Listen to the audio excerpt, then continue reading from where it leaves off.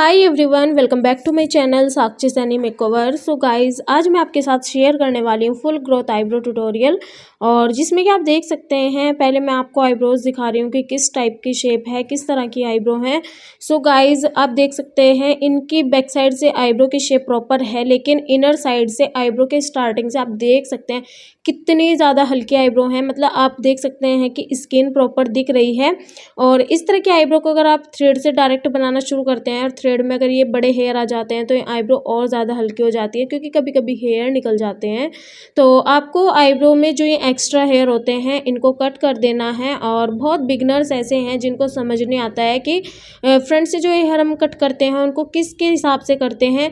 तो आप देख सकते हैं यहाँ पर हमारे जो ये सीधे हमारे बाल खड़े होते हैं और इनके बैक साइड की जो आपको ये शेप दिख रही है, मैं आपको ये इसलिए दिखा रही हूँ कि आप देख सकते हैं यहाँ पर जो हमारी ये इन हेयर के बाद की जो शेप आपको दिख रही है, इसके अकॉर्डिंग हम इन बालों को कट करते हैं। तो आप देख सकते हैं जो हम बैक साइड की शेप देख रहे हैं, इसके अकॉर्डिंग हमने सीजर को चलाना है और इस तरीके से बालों को कट कर देना है। तो आप देख सकते हैं अब हमें एक इक्वल शेप दिख रही है, मतलब मोटी मोटी सी एक अब हमें शेप नज़र आ रही है। तो आपको क्या करना है, इस तरह से शेप को बना लेना है। अब आप देख सकते हैं कितना ईजी लग रहा है आईब्रो की शेप, मतलब एक थोड़ा सा ना मतलब शेप नज़र आ रही है। और आप देख सकते हैं एकदम जो हमने हेयर कट किए हैं उनको अगर हम बैक साइड की जो शेप है उससे कंपेयर करें तो एकदम इक्वल शेप निकल कर आई है। बाकी थोड़ा बहुत हमें अगर लगता है कि ऊंचे नीचे हेयर है तो आप इस तरीके से बाद में कट कर लेंगे। अब आपने देखा होगा कि मोस्टली आईब्रो अंदर की साइड गिरी होती हैं, तो उनको कैसे कट करना है। तो आपको आईब्रो बनाते टाइम आप पीछे जाना है आपको, और पीछे से सीजर को सीधा रखना है और बालों को स्ट्रेट कट कर देना है। तब आप देख सकते हैं इनर साइड से अंदर की साइड जो हेयर गिरे हुए थे उनको हमने कट कर दिया है। सो मैं आपको दिखा देती हूँ थ्रेड रख कर कि आप देख सकते हैं हमने हल्का सा थ्रेड को तिरछा रखा, आपको एक शेप नज़र आ रही है। फिर से हम थ्रेड को रखेंगे, अब हमें दूसरी आईब्रो की शेप नज़र आ रही है। मैं ये इसलिए दिखा रही हूँ कि हमने जो फ्रंट के हेयर कट किए थे बैक साइड आईब्रो के अकॉर्डिंग वो बहुत अच्छे से कट हुए हैं। तो आपको फ्रंट के हेयर इसके अकॉर्डिंग ही कट करने हैं। अब हम करते हैं आईब्रो को बनाना शुरू।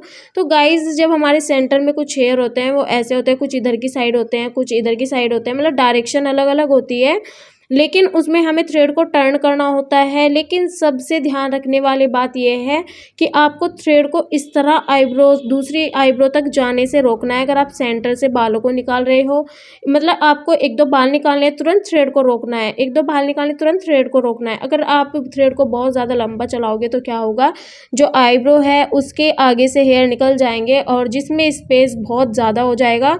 तो आपको ध्यान रखना है इस चीज़ का कि आप आईब्रो जब बनाते हो तो सेंटर से थ्रेड को बहुत अच्छे से चलाएं, ध्यान से चलाएं। आपके थ्रेड में इतनी कंट्रोलिंग होनी चाहिए कि अगर आप जो हेयर निकाल रहे हैं तो उससे आगे थ्रेड ना जाए। तो इसलिए मैं आपको बता रही हूँ कि आपको सेंटर से भी आईब्रोज को बहुत ध्यान से करना है, क्योंकि अगर आप थ्रेड ज़्यादा चला देते हैं तो दूसरी आईब्रो को का हेयर निकल जाता है, जिसमें आप उसको इक्वल करने में बालों को निकालते रहते हैं और सेंटर में स्पेस ज़्यादा हो जाता है। कभी कभी क्लाइंट बोलता है कि मुझे स्पेस ज़्यादा नहीं चाहिए सेंटर में, तो आपको इसलिए थ्रेड पर होल्डिंग अच्छे से रखनी है। अब मैं आपको क्या बता रही हूँ कि अब इनको आईब्रो अपनी नॉर्मल मतलब पतली नहीं करानी है। तो हम क्या करेंगे, जो हमें एक आईब्रो की शेप नज़र आ रही है जहाँ पर मैंने थ्रेड रखा, उससे ऊपर के जो हेयर होंगे हम उनको ही क्लीन करेंगे, उससे ज़्यादा हेयर हम नहीं क्लीन करेंगे, क्योंकि हमें आईब्रो को मोटा रखना है। और आईब्रो हमारी मोटी तब लगेगी जब हम जो छोटे छोटे हेयर हैं उनको भी छोड़ देंगे, मतलब शेप के अकॉर्डिंग। आईब्रोज हम करेंगे, अच्छे से करेंगे, नीट एंड क्लीन तरीके से करेंगे, बट उसमें एक शेप नज़र आनी चाहिए। तो इस तरीके से हम ऊपर से बहुत ही लाइटली हेयर निकालेंगे, बहुत ही लाइट फिनिशिंग करेंगे, ताकि हमारी आईब्रोज जो हैं वो हमारे क्लाइंट के अकॉर्डिंग बने। बाकी जैसा भी होगा दोनों आईब्रोज को हम शेप देंगे, उसके अकॉर्डिंग हम इनहेंस करेंगे आईब्रोज को। फिलहाल आपको ऐसे करना है। एंड जब आप आईब्रोज करते हैं तो साइड से स्किन बहुत लूज होती है किसी किसी की, तो आपको साइड से स्किन को ऐसे स्ट्रेच करा लेना है, या फिर आप आईब्रो के आइज़ को स्ट्रेच करा सकते हो। अगर आप इस तरीके से आईब्रो को स्ट्रेच कराते हो तो क्लाइंट की स्किन नहीं निकलती है। हालाँकि क्या होता है, जो बहुत लोग झाइयाँ वाली क्रीम लगाते हैं उनकी स्किन इतनी लूज़ हो जाती है, तो उनके आईब्रोज़ करते टाइम हमें स्किन को स्ट्रेच कराना ही होता है। अब हम करेंगे नीचे की साइड से आईब्रो।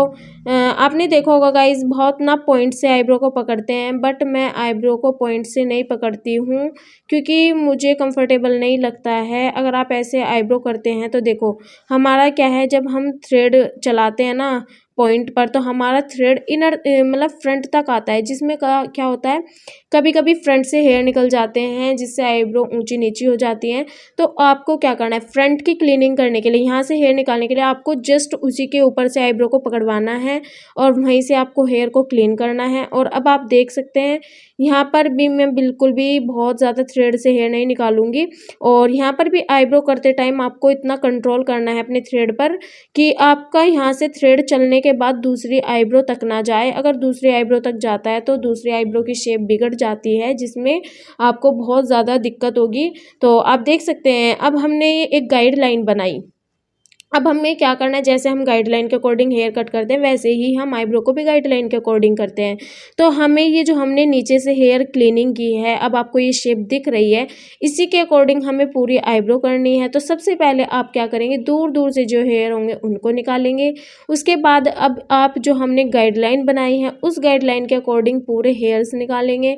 और बैक साइड से भी आपको क्या करना है, जब आप बैक साइड से हेयर निकालते हैं तो आपको कुछ हेयर ऐसे नज़र आते हैं जिसमें बहुत ज़्यादा गैप लगता है, जिसमें आपको लगता है कि ये हेयर तो निकलना चाहिए, ये हेयर तो निकलना चाहिए, और वो निकालते निकालते आईब्रो ऊपर की साइड पहुंच जाती हैं, आईब्रोज़ की लेंथ घट जाती हैं। ये वाले केसेस बहुत ज़्यादा होते हैं बिगनर्स के साथ। तो आपको ध्यान रखना है कि आपको लगता है ना कि हेयर निकलेगा, बहुत ज़्यादा गैप है, तो उन वाले हेयर को आपको बिल्कुल भी नहीं निकालना है। इस वजह से आईब्रो पतली होती जाती हैं, आईब्रोज़ ऊपर चली जाती हैं और आईब्रो की लेंथ भी छोटी हो जाती है। तो आपको ध्यान रखना है इन चीज़ों का, और पॉइंट से आपको अच्छे से आईब्रो हेयर निकालने हैं ताकि अच्छे से एक पॉइंट आ जाए। अब हमें क्या लग रहा है कि हमें थोड़े से ये वाले हेयर एक्स्ट्रा लग रहे हैं, जिनको हम सीज़र से कट कर देंगे। आपको हमेशा जो बड़े बाल होते हैं उनको आईब्रो बनाने से पहले हमेशा कट करने हैं, क्योंकि क्या होता है कि वे थ्रेड में निकल जाते हैं। और आपको इस तरह की सीज़र लेनी है छोटी, क्योंकि जो ये सीज़र होती हैं इनसे बहुत ही इजीली फिनिशिंग होती है।